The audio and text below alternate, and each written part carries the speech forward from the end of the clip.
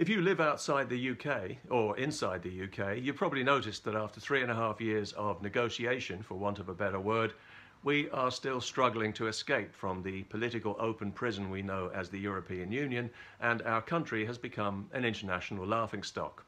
We voted for independence, but what we've been given, begrudgingly by a corrupt political class, is a treaty that keeps us under European Union control, operating to its rules, not ours, that compels us not to be competitive by setting lower trade tariffs, and that keeps us under the jurisdiction of a political court, the ludicrously named European Court of Justice. And now we're voting in a general election. Yes, another one, where the party that has cynically presided over this insulting disaster expects to be re-elected. They're using fear of the opposition's extremism to make us swallow a fake Brexit where we don't have control of our trade and defence arrangements, where we don't take back our fishing waters, and where we are not, in fact, independent. The Tories never had any intention of honouring that referendum result. They have always regarded Brexit as a problem to be neutralised. For 3.5 years, they've purposely negotiated in bad faith to keep us tied as closely as possible to the European Union, to make it easier for future governments to take us back in by stealth and political chicanery, the same way they took us in the first time. They had a majority right after the referendum, and they could have delivered Brexit there and then, but they chose to engage in these drawn-out negotiations for the express purpose of wearing us down so that we'll settle for anything to make it stop, which is pretty much where we are now.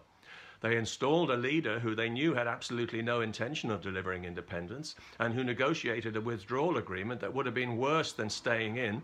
And even after she squandered a parliamentary majority and lost the confidence of the country, they had 2 opportunities to get rid of her, yet both times they chose to keep her in place, knowing she had no intention of delivering independence until, that is, she became such an embarrassment even to the Tory party that they had to get rid of her. And now Boris Johnson has taken up where she left off, and he's peddling her fake Brexit with a lick of paint like a crooked used car salesman. If we're gullible enough to give the Tories a majority in this election, they intend to wear us down with years of further negotiation until we just don't care anymore and Brexit is dead. The only way we'll get the independence we voted for more than 3 years ago is if the Brexit party holds the balance of power after this election, and that will only happen if we vote for Brexit party candidates, those of us who can. And this is where it gets interesting, because although the Tories have at least gone through the motions of pretending to try and deliver Brexit, the wretched Labour Party hasn't even done that. Instead, they have brazenly reneged on their core promise to respect the result of the biggest democratic vote in our history, and they have given a middle finger to the millions of people who elected Labour MPs on the back of that promise. It's as if they want to leave their traditional working class base in no doubt as to how much contempt the modern Labour Party has for them and for the things they believe in. But then working class people don't vote Labour anymore, not if they're paying attention.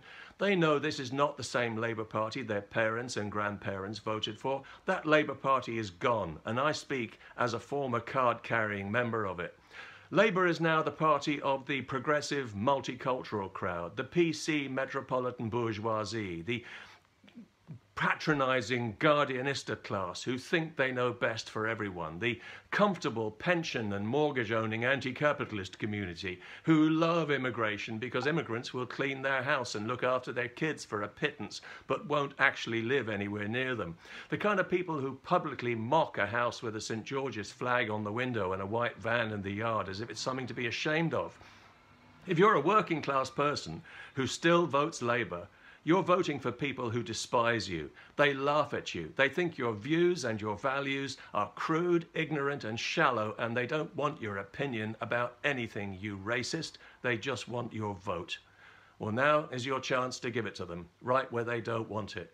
Because this election, more than any other, will be won or lost by the working class voter. I'm talking about people who usually vote Labour in constituencies where they usually elect a Labour MP, because these are the only places where the Brexit party is standing. So the voters in these constituencies are the people who will decide whether or not we leave the European Union.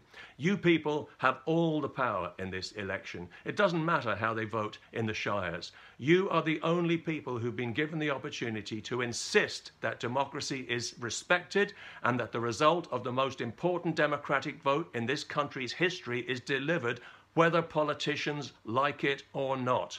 It's entirely in your hands.